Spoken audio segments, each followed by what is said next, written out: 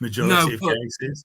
What you do see, you do see the same students getting suspended repeatedly. That is common among student data within schools.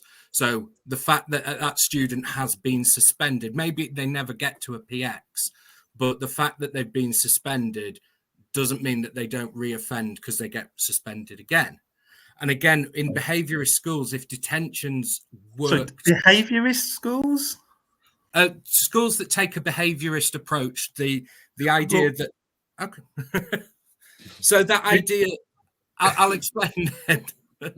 A behaviourist school would be one which uses principles of behaviourism.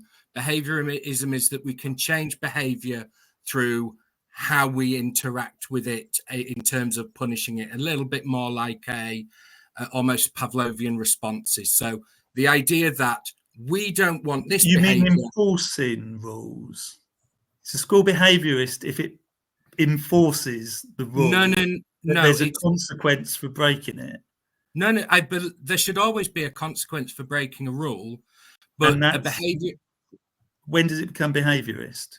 So behaviourism is the idea that to change behaviour, it can be done by an external force, i.e. a detention, a suspension, will change the behaviour. All approaches to behaviour involve external forces. You can't change a child's behaviour by staying away from them and doing literally nothing. I mean, everything you do is an external stimuli. So there is a difference between doing something to and doing something with.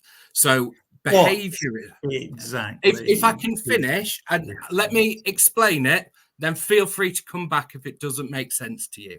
So behaviourism is about using external actions to change a behaviour through habituating it. The typical example you'd use is the ringing the bell to generate the saliva response. In schools, when I'm referring to behaviourism and behaviourist schools, which is a fairly common phrase and it is used regularly on air.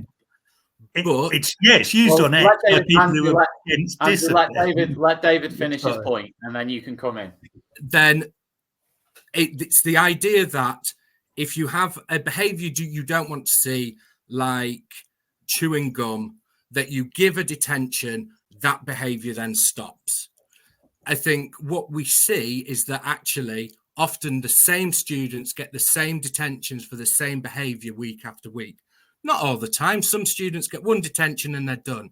But there is a core of students that you would see, let's say in the main hall every Monday in a detention, and regularly it'll be for the same thing. So that approach doesn't work, but schools implement that frequently. I think the restorative approach that other schools go with is working with the student individually, and it can't work on massive cohorts. You can't do a big wider intervention. Is okay, why are we doing this behavior? Why are you repeatedly chewing gum? What is it? Is there something that we can unpick and change there?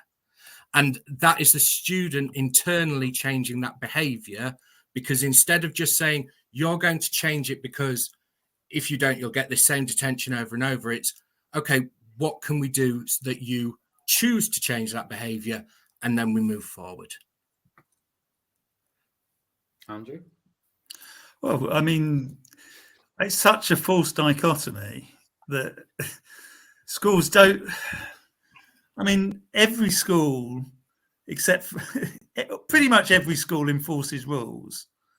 And pretty much every school will try and intervene with its worst offenders.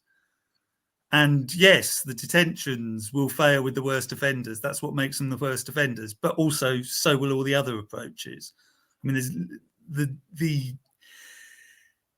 a behaviour intervention is good if it changes behaviour in even just a small percentage of pupils.